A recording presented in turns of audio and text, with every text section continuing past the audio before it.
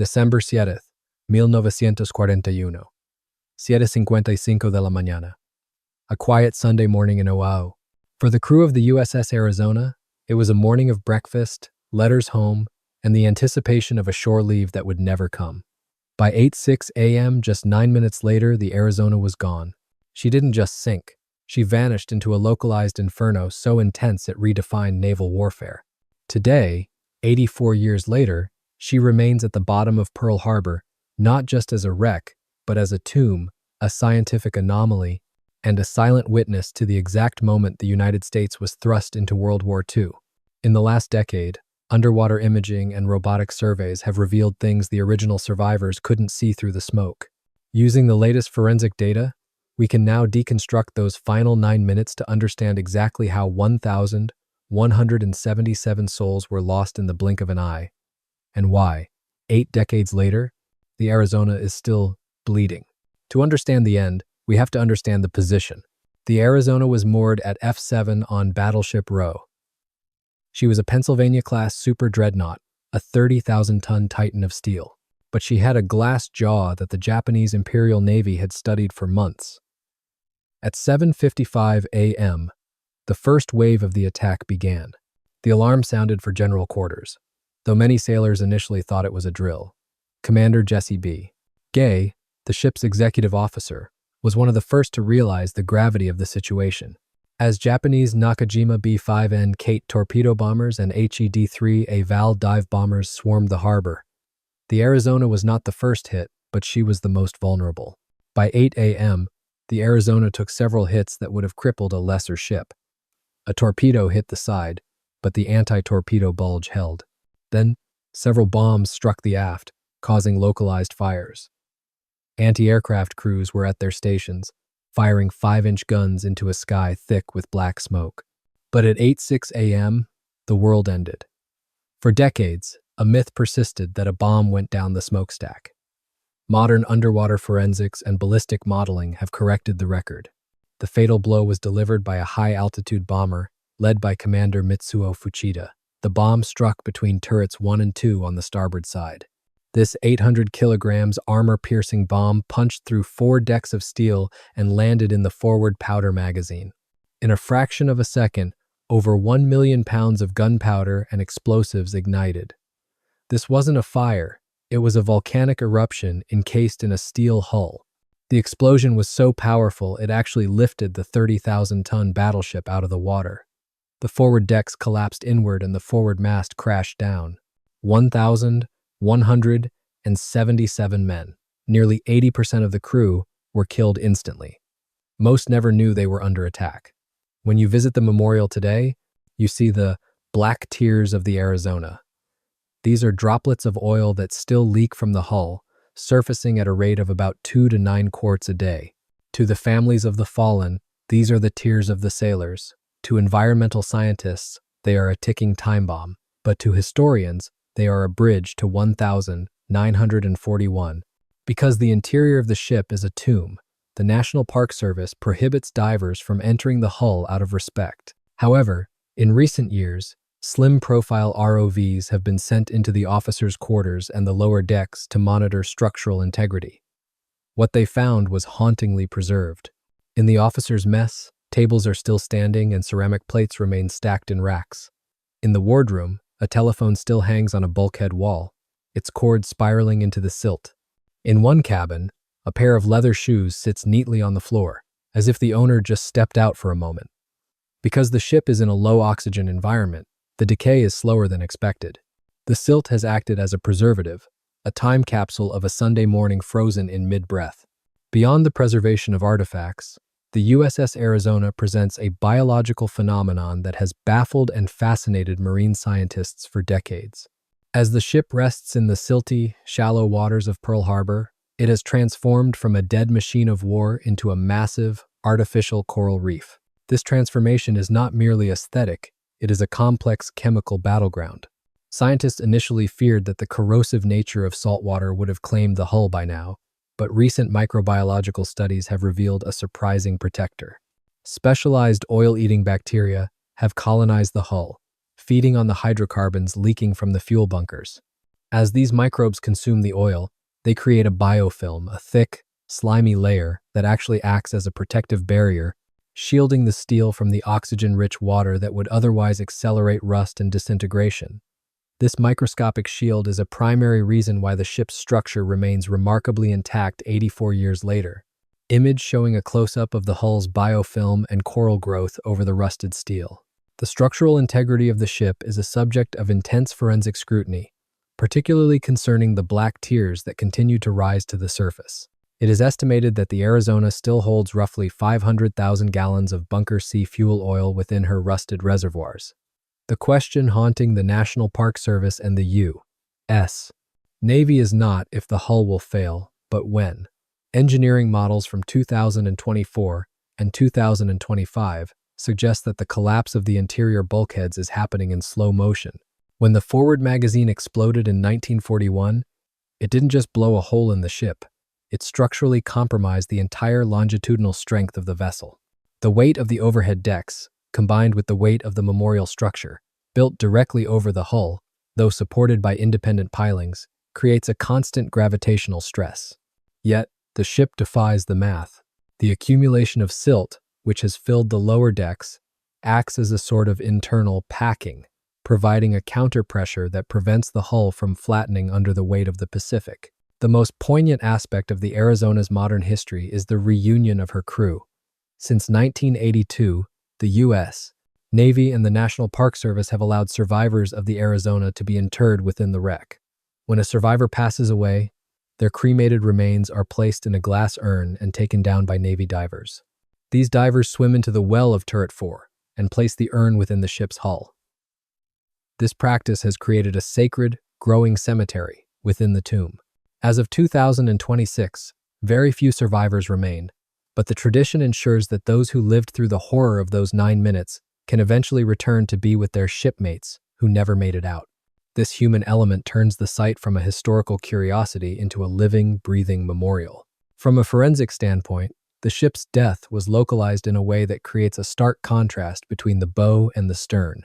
While the forward half of the ship is a mangled graveyard of twisted steel and scorched copper, the stern remains largely recognizable as a battleship. You can still see the massive teak wood decking, some of which is still visible beneath the layer of silt and marine life. In the after-action reports of the 1,940 seconds, it was believed the ship was a total loss. But 21st century sonar mapping shows that the engine rooms and the aft steering compartments are almost perfectly preserved. If one were to pump the water out today, those rooms would likely look much as they did at 8:05 a.m. on that fateful Sunday.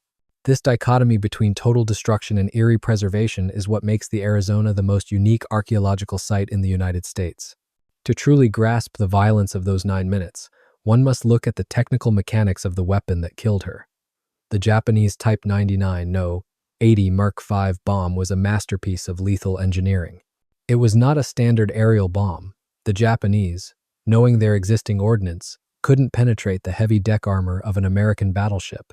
Took 16-inch, 41 centimeters, armor-piercing shells from their own decommissioned battleships and retrofitted them with tail fins.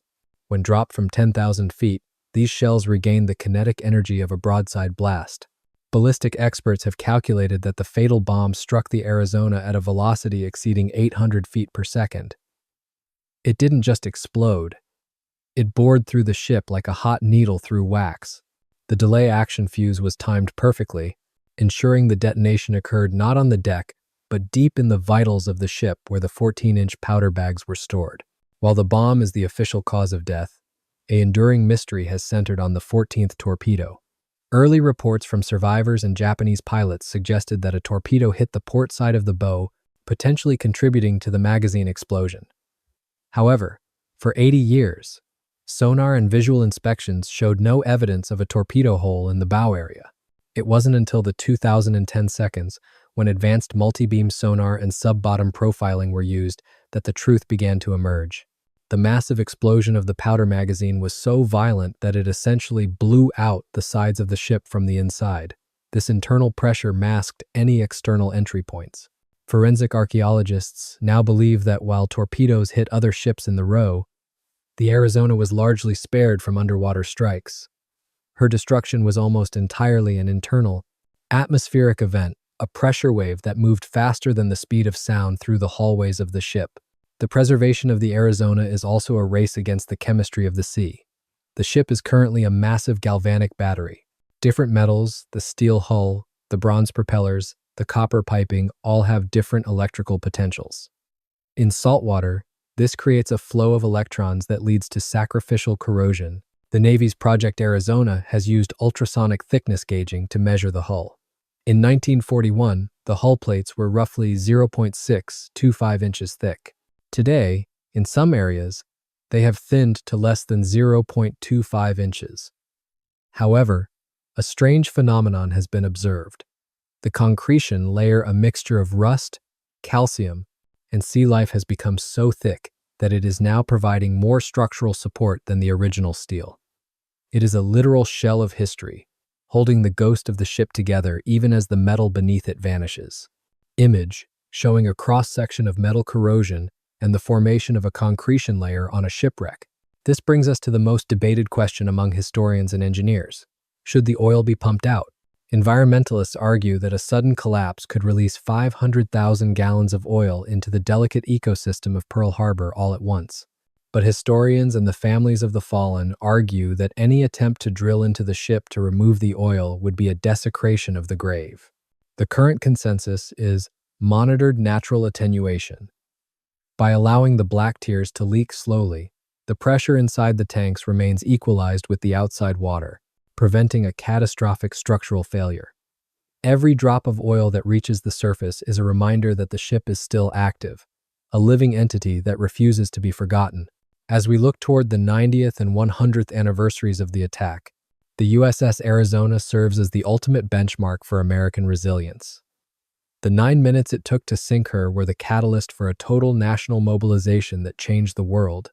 Today, the ship is no longer a weapon of war, but a teacher.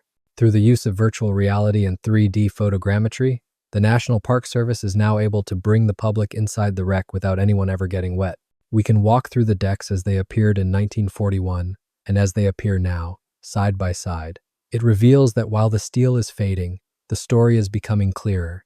The artifacts left behind, the half-written letters, the unwashed coffee cups, the tools in the workshop remind us that history isn't made of dates and statistics, but of individuals who were caught in a 9-minute window that changed everything.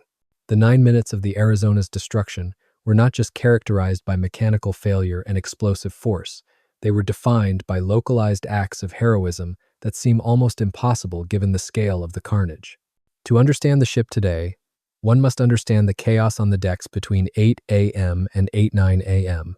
While the forward magazine explosion is the central event, the human response to that explosion is what transformed the wreck into a national shrine. When the forward half of the ship detonated, the fireball rose 500 feet into the air, instantly incinerating the bridge and the tripod mast. Rear Admiral Isaac Kidd and Captain Franklin van Valkenburg were killed instantly. In the wake of this vacuum of leadership, junior officers and enlisted men were forced to make split-second decisions that saved the lives of the few who survived. One of the most incredible stories recovered from the forensic timeline involves the repair ship USS Vestal, which was moored alongside the Arizona. As the Arizona became a literal volcano, the heat was so intense it began to melt the paint off the Vestal's hull.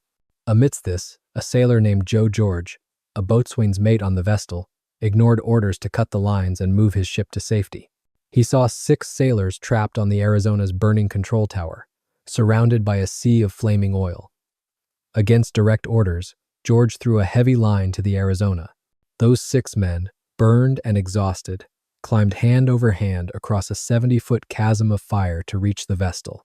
Decades later, the logs of the Arizona and the Vestal were cross-referenced with survivor testimony to confirm this act. It remains one of the most studied instances of initiative under fire in naval history, proving that even in a ship's final minutes, the bond of the brotherhood surpassed the fear of death. As we look at the ship 84 years later, the damage to the midships tells a story of desperate damage control.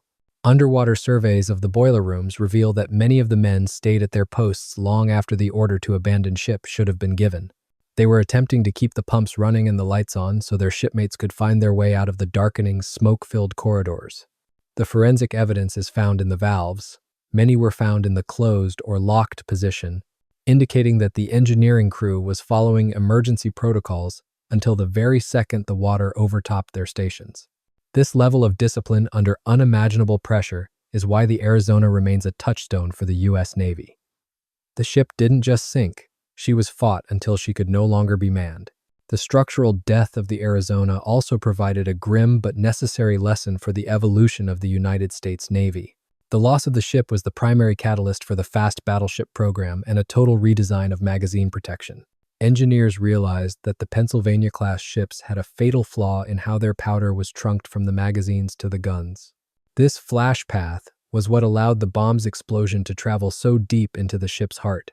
Every battleship built afterward, the North Carolina, South Carolina, and Iowa classes featured radically different internal geometries designed to prevent the Arizona scenario. In a sense, the 1,177 men lost on the Arizona saved thousands of others in later battles like Leyte Gulf and Okinawa, as their sacrifice forced a complete overhaul of naval architecture. The biological mystery of the ship continues to evolve as we enter the late 2020s. Scientists have recently discovered that the Arizona has become a sanctuary for species of coral that are struggling in other parts of the Pacific. The rusted steel provides a mineral-rich substrate that some corals prefer over natural rock. This has led to the Phoenix effect, where a site of immense death has become a cradle for new life. The ship is now essentially a 608-foot-long living organism. This creates a unique legal and ethical challenge for the National Park Service. How do you preserve a tomb when the act of preserving the steel might kill the endangered life that has claimed it? The current policy is one of benign neglect, allowing nature to take its course while using non-invasive technology to document every square inch of the hull. The 2020s have also seen a revolution in how we see the Arizona. Using LiDAR and high-definition photogrammetry, a digital twin of the ship has been created. This model is so precise that historians can track the migration of individual artifacts across the deck over the decades. They have noticed that the ship is settling into the harbor mud at a rate of about a quarter inch per year. This settling is actually beneficial. As the ship sinks deeper into the anaerobic, oxygen-free mud, the rate of corrosion slows down. The mud acts as a natural sarcophagus. It is entirely possible that 200 years from now, the Arizona will be completely encased in the harbor floor, perfectly preserved in a vacuum, safe from the salt and the waves. The human element of the Arizona's story concludes with the architecture of the memorial itself. Designed by Alfred Price and completed in 1962, the bridge-like structure that spans the hull is intentionally sagging in the middle. Price designed it this way to represent the initial defeat of the United States on that December morning, with the two raised ends representing the ultimate victory and the resilience of the American spirit. When you stand in the shrine room at the end of the memorial, you are looking at a marble wall inscribed with the names of the 1,177 lost. But look closer at the dates. You will see names added much later. These are the survivors who, upon their death, chose to have their ashes placed back inside the ship. This reunion of the dead is a tradition unique to the Arizona and represents a level of loyalty that is difficult to find elsewhere in history. In the final analysis, the USS Arizona is not just a shipwreck. It is a biological laboratory, a forensic puzzle, and a sacred cemetery. It reveals that the final 9 minutes never really ended. They just slowed down. Every drop of oil that hits the surface is a heartbeat. Every new coral that grows on the gun turrets is a sign of renewal. 84 years later, the data tells us that the ship is holding on, refusing to collapse, refusing to be forgotten. She remains exactly where she needs to be, resting in the silt of Pearl Harbor, reminding us that even the most powerful machines of war are eventually reclaimed by the sea, but the stories of the men who manned them are immortal. The legacy of the Arizona is a reminder of the cost of unpreparedness and the price of freedom. As the ship continues its slow transition from steel to stone, it serves as a bridge between the greatest generation and the high-tech world of today. It is a place where science meets sentiment and where the data of a disaster becomes the wisdom of a nation. As long as the black tears continue to rise, the Arizona will remain the most important 600 feet of ground in the United States, a silent, rusted sentry guarding the memory of a Sunday morning that changed the world forever.